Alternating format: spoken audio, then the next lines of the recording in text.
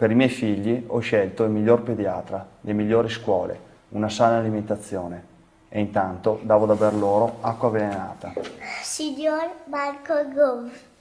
Quando escono dal rubinetto, gli interferenti endocrini non si sentono e non si vedono. Sono solo alcune delle 30 testimonianze di mamme, famiglie, coppie, persone vittime da inquinamento da FAS della zona rossa. Caro Miroslav Lajčák, ho 16 anni e ho già il PFAS nel sangue. Sono più a rischio di malattie rispetto ai miei coetanei.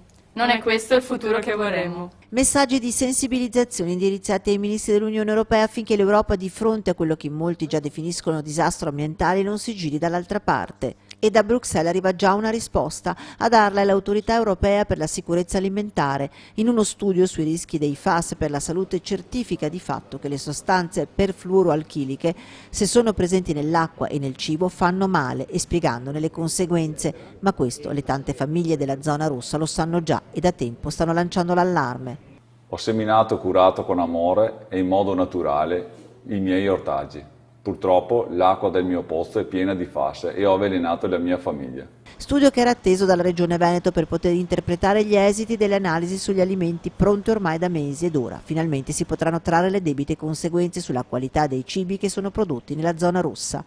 L'altro fronte in questa travagliata vicenda è quello dei lavoratori della Miteni, l'azienda di Trissino finita nel ciclone per l'inquinamento da FAS. Dall'oggi al domani l'azienda aveva annunciato il fallimento e licenziamento di 121 lavoratori di oggi. La notizia del raggiunto accordo al MISE, il Ministero dello Sviluppo Economico, a Roma, con la firma della Cassa Integrazione Guadagni Straordinari per un anno che di fatto blocca immediatamente i licenziamenti.